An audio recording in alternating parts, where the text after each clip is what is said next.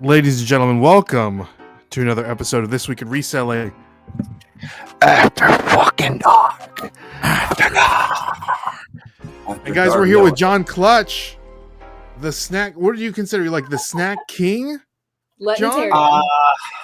Technically on Whatnot, I'm the breakfast king because that's how we grew up with all the cereal. Yeah, so I'm cool with breakfast king. Yeah. So, guys, if you did not listen to John's episode beforehand, please do so. We get into how he got into Whatnot, how he pivoted from sneakers to snacks. Sneakers to snacks. Sneakers to snacks. And it's a great story. So today I really want to dive into the nitty gritty on how John gets his snacks, what kind of snacks he sells, and cereal. Do you still sell cereals? Yeah. Oh, yeah. Mm-hmm. So what is like a percentage of like the stuff that you sell, the people that buy, like what are they buying? Are they like salty, sweet, cereal? Like what's the number one seller, the number one mover? The number one mover right now for everybody are these Alberto Wagyu beef jerkies. The quality is insane. And these are the odd ends and cuts. So it's their factory that doesn't make quality control and the pretty packaging and all that stuff. So I'm getting these for about $5 a bag. Okay. 8 ounces of Wagyu beef. They retail for about $35. And we're selling them on our show between $18 and $23 a bag. So it brings huge profits. And people are still getting a deal. That's what really gets me off is that I don't have to sell it compared to retail to get a deal myself or to make profit. I can still undercut Amazon and eBay and all of them and still hook the people up and still make my profit margins. Because I tell people I don't need a spaceship. I don't need to be Jeff Bezos. I just want to have enough money to live comfortably and that's it. And I can continue hooking up people in the process. I'm good. I'm a happy camper. So that's one of the big ones that we have right now is the Wagyu beef jerky. But what's the weird? What do you have that's weird that people are buying? Weird that people are. I mean, we have a couple of people that specialize themselves in being weird. And I like to shout out a lot of customers on the chat. So they kind of build up their own reputation. There's this one person, their username starts with Albie. I'll just say that. They've bought everything I've had weird. They've bought wasabi octopus chips. I want to try those. Yeah, I'm a little too scared. Okay. Brendan, listen, if you have these are basically like meat candy.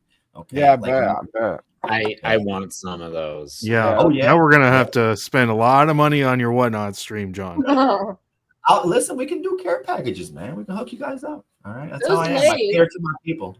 Those Lay's chips, there's some really funky Lay's chips. Yeah. And the main thing I tell people is if you buy anything from Asia that is fish flavored, don't eat it in a confined space. They smell just as fishy as advertised. Okay. So if you're going to have the, I think one was like a sweet and sour, what kind of fish was it? I don't know, some kind of shrimp or crayfish. I've had the shrimp ones and they stink. Right.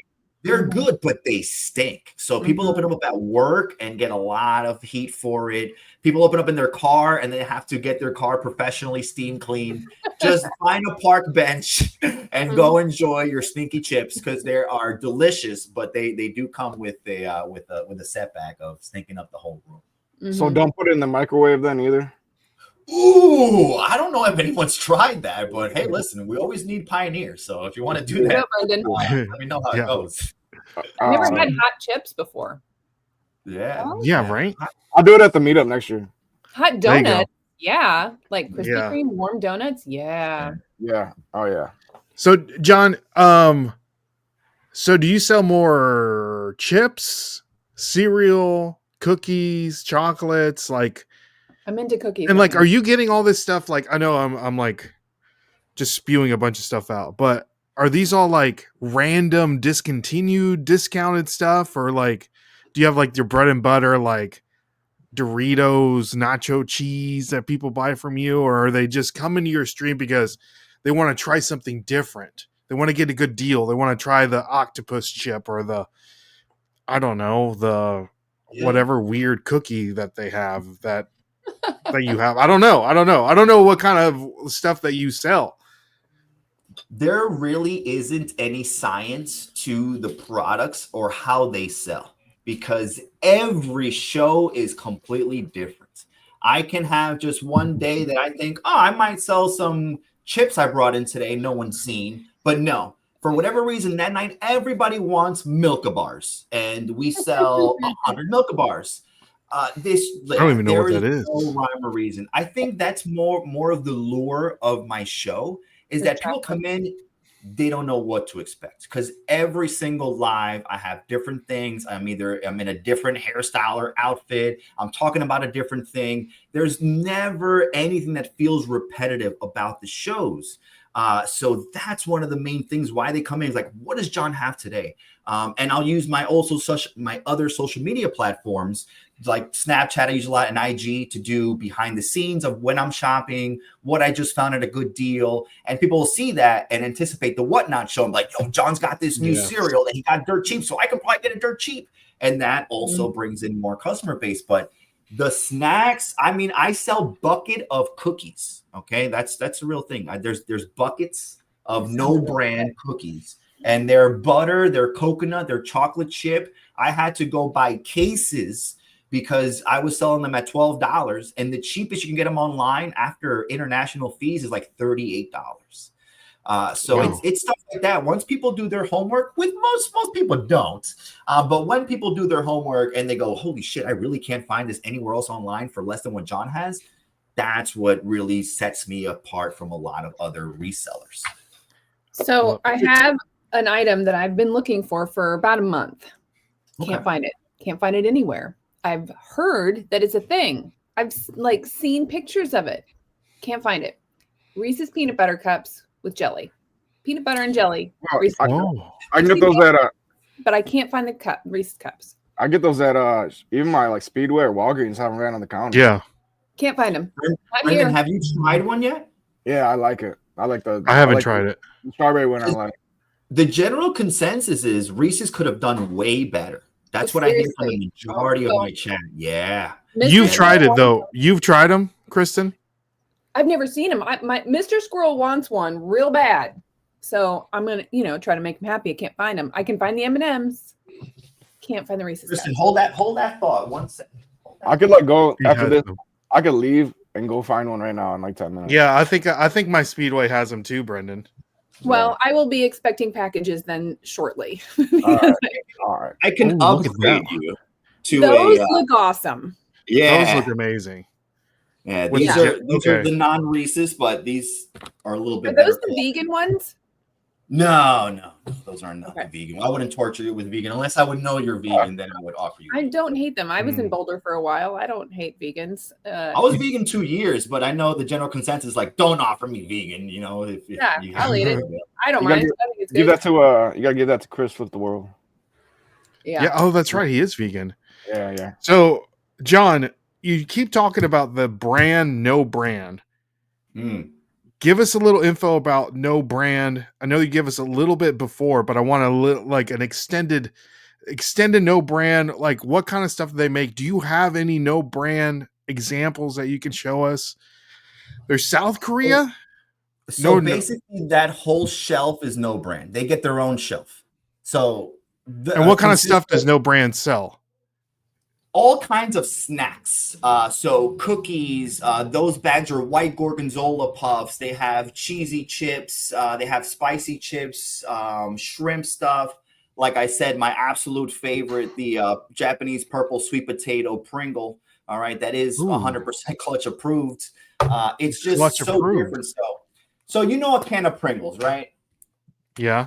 These, I gotta show you what it's like.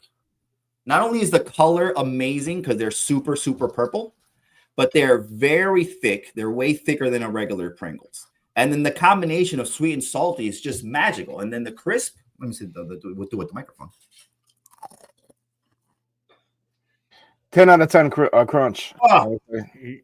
Delicious. So we only knew about no brand before snacks because we had purchased a bag of the Gorgonzola puffs. They looked so good, but we couldn't read anything. The only thing in English says no brand. The rest is in Korean. It sat on our fridge for about a month. and finally opened it and went, holy shit, why are these so good? Finally got into snacks and reselling, and I found them again. And I was trying to convince the people, hey guys, trust me, these are really good. Nobody wanted to try them. No brand doesn't sound sexy. There's no hype about it. It's not viral on TikTok. So people were like, bro, what are you talking about? So the more I would push this, and then my OGs would try them, they would then come back and go, holy shit, these are amazing. These are amazing. So now it's gotten to a point where at least half of my chat is aware of what No Brand is. And when they see something at a good deal from No Brand, they're scooping it right away. A little background to their company. It's basically that they pride themselves in the quality of their products to not need a brand name to advertise. Like you said, Ray, yeah, they're based out of South Korea. I don't know how long they've been around, but every single item, and I personally must have tried about 10 different No Brand products. I don't just like them. I love them. And I'm not even a snacker. I am what you call a protein bro. I come back from the gym and I want to eat 5 eggs and half a chicken. So snacks are not really a thing for me. But anything I've tried No Brand, I'm scared to try the bucket of cookies because that's my weakness. You give me a glass of milk and cookies and forget it. We're not gonna discuss anything further. You leave me alone and I will destroy this. So I'm very scared to open up that bucket. I'd rather sell them all and not see what it's like, because then I will have to keep 1 or 2 or 3 for myself. And that's gonna dip into the profit margins and maybe not get me the beach body I'm looking for. There you go. I'll keep your mustache. Yeah, John. So you mentioned you put these stickers on your snacks that say "Clutch Approved," right? And that's something that you've tried. That you were like, man, this is awesome. Can you show us some Clutch approved items besides the No Brand chips that you just showed us? Yeah, so it's basically everything No Brand so far has 100% Clutch approved. The Wagyu beef jerky, that's another one that I've got to say, it is top notch. I've never had. I'll do a demonstration for you.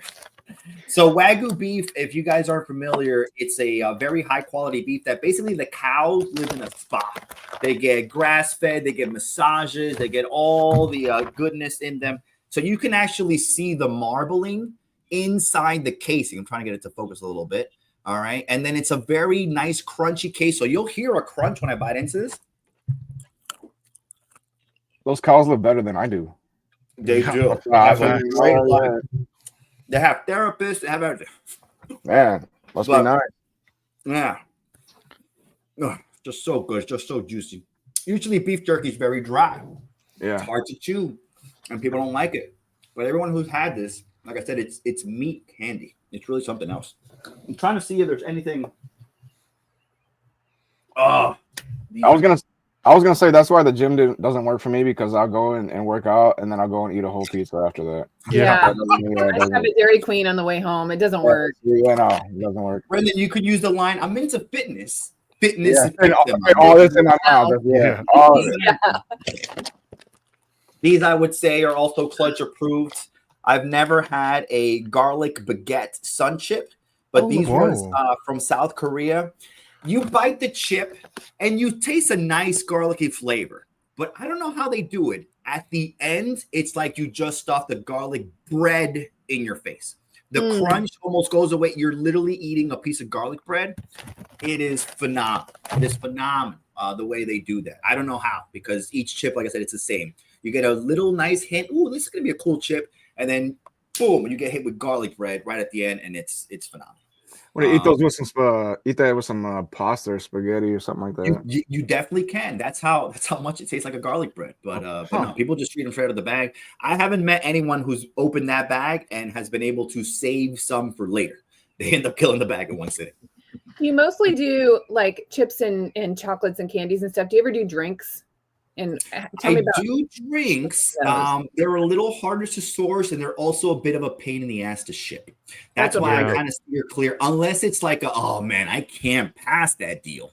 I'll leave the drinks on the shelves. A lot of the Asian ones too, they come in glass bottles, and that's just even though we have 100% success rate shipping those, I don't want to take that risk more and more and more.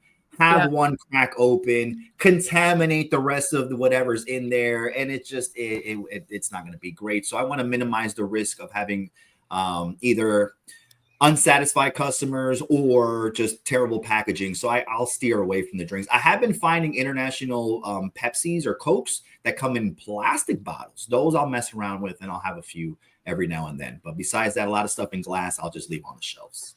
I would worried about that going like shipping anything carbonated, like it get in there and being flat because it'd be shaking up. You know? Or they open it and they get it right in your face. Yeah, it happens both ways. These things can't. This is the first time I'm using AirPods, by the way. Oh, they keep popping out. Yeah, I've never had a pair that's of these. funny. I don't know. What about candy and chocolates, John? Where do you like? What's a chocolate clutch approved? Ooh, because I'm a chocolate fiend. You gotta watch that for like in the summer months too, because it'll melt. Like they have that's true. Yeah, they have that for Amazon and Walmart. They give you guidelines to if you want to ship chocolate or whatever, you got to do it like in a certain window because it will melt by the time it gets there. Yeah, we do offer insulated envelopes and dry ice packs for people that are buying chocolates and I call terrariums that live in Arizona and like West Texas. So we do have that available. So we get around that, and then I also have insulated boxes if you're making a huge order and you want chocolate shipped that way. But I think one of the most underrated chocolate companies, a lot of Americans know about it. It's Vettel. They're based out of Poland, and they don't advertise here very much. But they have desserts in their chocolates. So that is a literal panna cotta inside the chocolate bar. And what's a panna cotta? Magnificent. So it's an Italian style dessert that's basically raspberry based. And if anyone's a raspberry lover, this just hits the spot. Panna cotta's one. They have the tiramisu, which who doesn't love a tiramisu? All right. And they literally infuse these desserts inside the chocolate bars. Phenomenal. And the last one is the creme brulee. This chocolate for me, 100%. Mm-hmm. I thought I knew what chocolate was eating a Hershey bar. No, my friends. Until you have one of these, it's like, I tell everybody, and they take it to a perverted way. I tell everyone it's a mouth experience. It really is. It almost sparkles like a pop rock would when you're eating them, but the richness in the chocolate and the how decadent the dessert is on the inside, if a friend offered you a Hershey bar after you had one of those, you'd punch him in the face because you'd be like, "How dare you insult me like that? I don't want to hear that anymore." So you have all of these on your show every single day when you have your show. Yeah, everything's. So you put them in the buy it now, or you run them in an auction, like. So my exciting items I'll do for auction because that gets people hype and I can potentially get a couple of more swipes. My more everyday stuff, so your Pop-Tarts, your cereal, ramen noodles, things that aren't super like sexy and exciting, I'll put in the buy it now. So people that don't want to get into the hype of swiping can just easily shop through.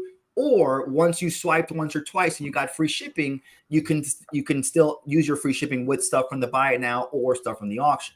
So it's a nice kind of option for people to have in case they want to use it or add more to their bundle. So yeah, it's done both ways. But the more exciting stuff I keep on the shelves behind me, which is the background. People go, ooh, that looks cool. So I just go and I run it. This way, it's not a show and tell. I used to do that. Hey, we just got this in. But people are very shy and whatnot. It really has a lot of introverts. That's why they like being just, behind the screen and being able to just swipe and not to say anything.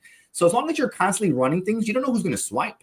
And that's what we learned. There's no more show and tells. Oh, that looks cool. I tell my wife, hey, run a small 5 for me because we do everything by weight. And then I just run it and I explain to it while I'm running. And I tell them, listen, no pressure. I know you said, you want to see it, but someone else might want it. And then if someone else basically go, oh shit, now I only have 10 seconds to respond. Let me bid. So it does kind of give you a little bit of the fear of missing out sense. But it is more exciting between the chat to be able to have a little bid battle on that bag of chips.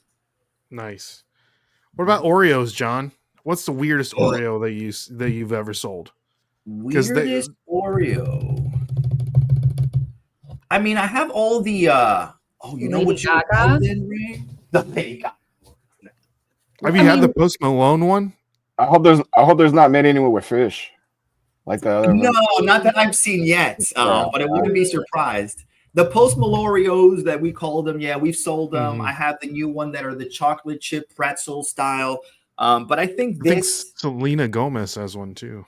Selena Gomez is bringing out as well. This is a variety pack from Korea. So you'll get the milk cream. There's raspberry and blueberry. There's peach and grape. This is a matcha iced tea, and then a peach oolong. So it's a nice variety pack to be able to try different flavors and see what you like. So I think I like how it's like the best thing to go for Oreo sampler. Yeah, I like how it's a carrying handle, like it's a piece of luggage. Yeah, like a little purse. Those are great if you get invited to somebody's house and want to bring a little something. That's great to just bring over here. You got here's a little box of Oreos for the Oreo mix pack and a bottle of Merlot. They go together. I'd be like, by the way, I brought this just for myself only. Yeah. Here's the wine. I brought this whole box. Yeah. I know it says shareable, but that doesn't apply. No. Suggestion, yeah. So, John, I noticed that you have a lot of international snacks. Like, where are you sourcing all these? I mean, I can't go down like, you know, I live in Nashville, but I mean, where are you sourcing all these international snacks? I'm sure you got them from all over. I'm seeing a lot of South Korea. I'm sure you have some. Korea? Yeah, like where are we getting these snacks? South Korea. We have a lot from Japan. We have a lot from Taiwan, China, a lot from India too. I go to a lot of Indian grocery stores. They're all something bizarre. Always bizarre in the name. And they have a lot of great stuff too. People like the spiciness and the curry flavors.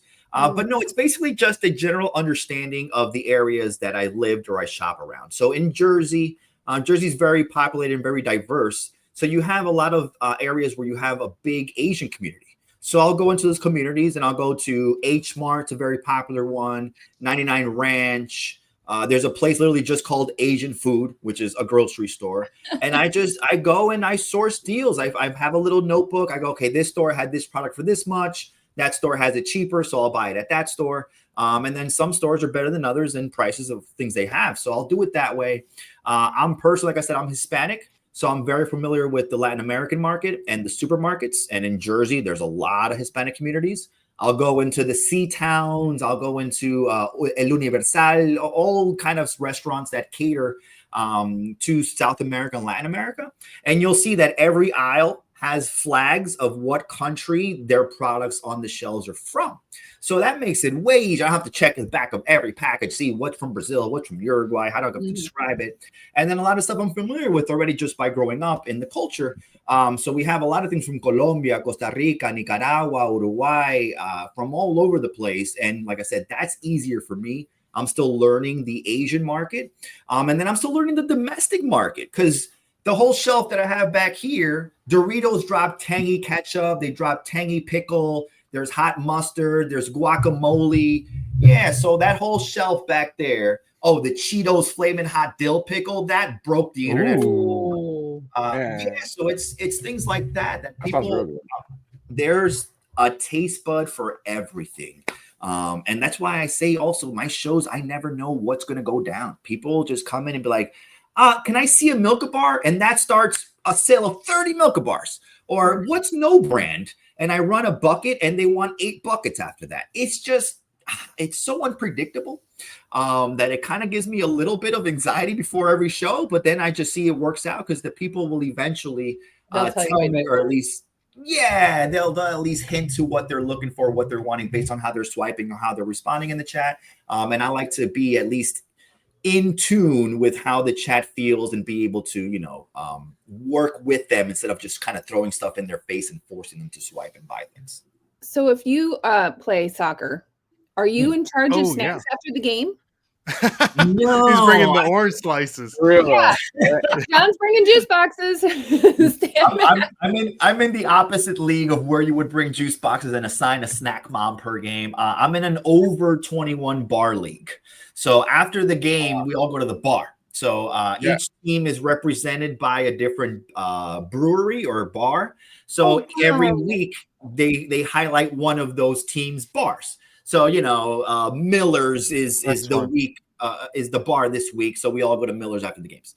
So I don't need the snacks. I do carry a little sampler just around because I tell people like, what do you do? I do snacks, I do breakfast, and I have cereal bars. That also got us very famous. I have all kinds of cereal bars from cereals you wouldn't even think of. And I hand those out as little kind of like swag and just treats for everybody. So I do put the vibe out there. I just don't want to be overbearing about it. Yeah. What kind of cereal bars, John?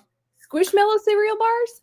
I have Squishmallow cereal, not the bars. I don't think they've released yet. But I have everything from Lucky Charms, Honey Nut Cheerios, Captain Crunches, the peanut butter Reese's, Golden Grams is my favorite. It's like a s'mores in a bar. So if you come across a Golden Graham cereal bar, don't say no. But yeah, all types of cereal and all the mini cereals. And we have cereal chapstick. I sell cereal underwear.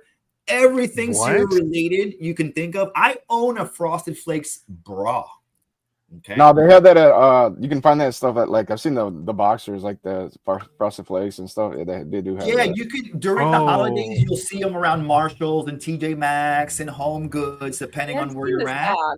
Yeah. But yeah, you'll see all that and the stuff. I don't know why because I wear it. I'm not cool myself. I don't consider myself cool, but people see it as like, oh shit, John wears it. Why can't I? So I have a lot of brief bros that I'm with out there that we have the same undies. On your soccer team? I'm thinking that's more the chat, but yeah, it could be on the soccer team. Yeah. Go ahead. I was gonna say, if you find any cereal G strings, keep me in mind because I'm in the market. I'm thinking that this underwear is made out of cereal, but it's probably just like the branding. It's just a line of Fruit Loops. That's what I was thinking. I was like, cereal. No. Fruit Loops bar. Okay, I think we should go into production right now. If we make edible underwear that tastes like the cereal it's portraying, I think we have a new business in hand right now. We'd make millions. I think that sounds scratchy. Copyright right now. That's good. Nobody can steal the idea. Make them fruity pebble flavor down there. So. Fruity panties. I'm down with it. I'm down with it. Yeah. So, Joe, any questions? I know that. Yes, I was just thinking this. Okay, so when you do a whatnot tonight, let's say, do you I have 18 bags of the Wagyu beef jerky, but we're gonna say we only have 3, or do you I got 18 of them? If we sell all 18, we're selling all 18, or what? So, Joe, that's actually a great question because I hate lying. Okay. In my personal life, my business life, anything, I don't like to lie. What I've become an expert at is being very vague. That's how I avoid having to lie to people, but also create a scarcity of my inventory because you have to have a scarcity. If you tell people I have cases and cases and cases, they're gonna go, all right, well, I'm not gonna swipe on it now. I'll just wait till a better deal comes around or a few more days. It's not going anywhere. So you have to create some kind of scarcity of your inventory. So I'll tell people like the Wagyu jerky now, I'm literally down to my last case. My case brings 30 items, but just saying I'm down to after I had 6 cases, I'm down to my last case. People go, oh shit, he's almost out. I better get it now. So I don't straight up lie, but I'll keep it vague and I'll use a form of the truth. I'll never take it till I'm straight up lying to the chat. But I will do that. And also because during auctions, people have learned that, if you see multiple items on the shelf and now I run one and it bids high, they tell me to run it again. They might get it for less. I've created a way on my show to keep it fair. So when people do that, I go, listen, I don't rerun it at the same starting price because if it sells for under, the person who just outbid everybody is going to feel like shit because they overpaid. What I'll do is if you want to match the last sold price, I will run it again, but you have to match what the last person bid.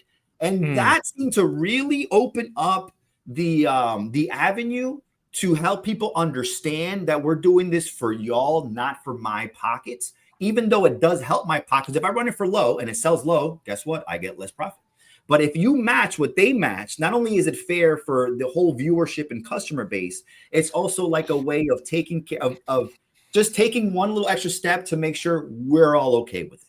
And if we're all on the same page, that over communication really creates loyal customers. And that's really what I want. I want people to understand that what we're providing is top notch, and I don't have to sell you on it. You understand that's the way we roll. So yeah, Joe, to answer your question, I won't straight up lie, but I'll keep it vague, and I'll tell people, listen, find a way to keep it vague, because you don't want to just pull your pants right down and show them everything you got.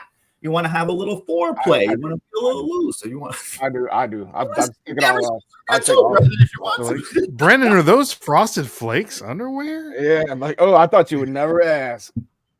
So, John, so you're saying that, let's say, I don't know, like a cereal bar. You're running a cereal bar. It sells for $5. So the next one you run, you're like, all right, guys, the starting bid is at $5, and then you run it. And then what if it sells for $6 and then the starting bid is now $6? Like, what does that look like? I'll always kind of preset my auction. So the only way I'll have someone match it is if someone requests to run it again. I don't usually run the same thing back to back. I keep a nice like revolving tray of things. Okay. It's the same item. If the person's not interested, it can get boring really fast. They don't want to sit to 2 or 3 auctions of the same thing when they weren't interested on the first one. So I try to limit that kind of boredom space of, oh, he's doing another one. So what I do usually when either I run no brand or I run the beef jerky, I'll say, hey guys, a few people have been asking for the Wagyu jerky. I'm going to run 3 bags. Okay. So you'll have 3 chances to swipe however you like to pick up those bags. So that at least they know. I always love setting reasonable expectations. That is the one thing that I think has provided us with the success that we have, because no one's ever felt like I've bullshitted them. I've always been nice and straight up. So I'll tell them, hey man, we're going to run 5 bags and 5 bags only. So if you get them, you get them. If not, cool.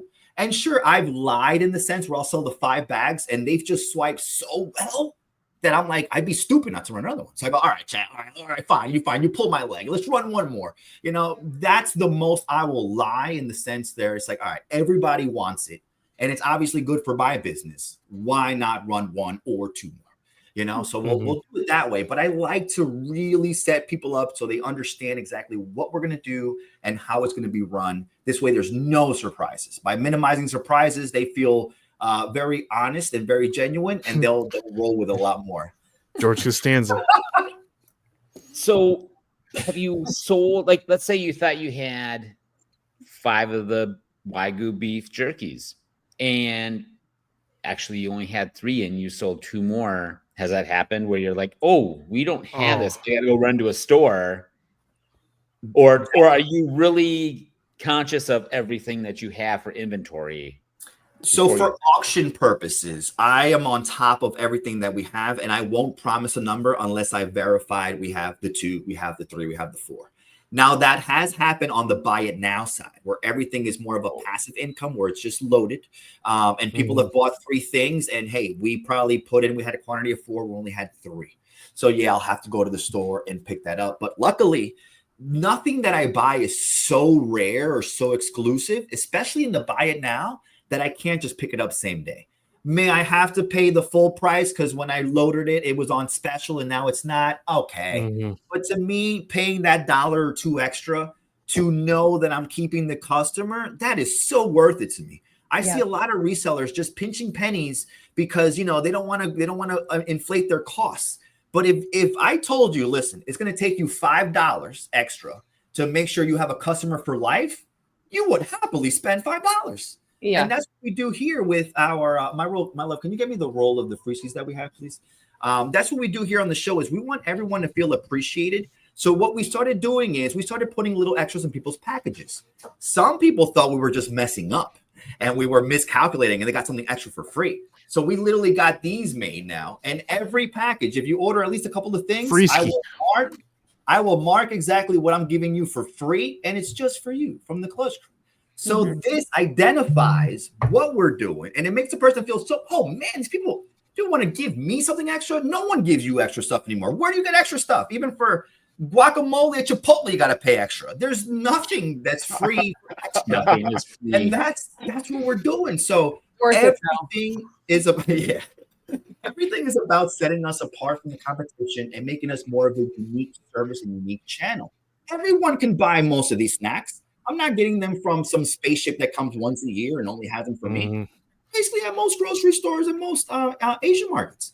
But what sets us apart and why people come back to me is because of the way it makes them feel. It's because they're getting better deals, because of the service, because of any number of things, the entertainment value. And that's why I tell people, man, keep chipping away and keep adding more stuff to your repertoire. And the more you understand how the human psychology works and how sales work, dude, you're going to have a leg up on almost everybody on Whatnot, because everyone's just kind of just, let me just go on for an hour. I'll show some things. Okay, bye. And you know, if you actually are trying and doing a decent job, you're going to already be one of the top 10% right off the bat. So, yeah. One more question. So what is that one item that just went crazy amount of money and you're like, how, why? Surprised you. Yes. Yeah. I had a bag of honey butter chips from Japan that I paid $5.99 for. It sold for, the first one sold for $46. And this one right after, because they begged me to run another one, sold for $58. One bag of chips. Regular size bag, fun size bag, snack bag? It was a bigger size, like I wouldn't call it a family size, but it's like a bigger one, not a small, like personal. It's just the moments of the hype in the chat. There were 2 or 3 people that were trying to outbid each other and literally flex on each other, that they didn't care about the value anymore. They just wanted the other one to lose. And obviously recognizing that as an auctioneer, I said, sure, we'll run another one. And yeah. So yeah, you know, even if you don't have it, yeah, you got to capitalize. Yeah, Ray. Even if you don't have it, you grab the same bag you just sold. Yep. Sure, you're at the store the next morning picking up more. Yep. I've done that before. I'll find another one. Yeah, you got to be on your toes, especially during a live, because it's right there. It's happening. There's no editing. There's no take two. So if you can learn and train how to be on your toes and recognize these moments to capitalize on, you're only going to make yourself more money, and that's what you go in business for. It's to make profit and make some money. So yeah. So John, what was your best show that you've ever done money wise? How long were you on for, and what was the total, the payout at the end of the show? Because I just want to give people like a possibility of how much money you can make in Whatnot. I don't think people know how much you can actually make. Like, let's say, I don't know, but go ahead, John.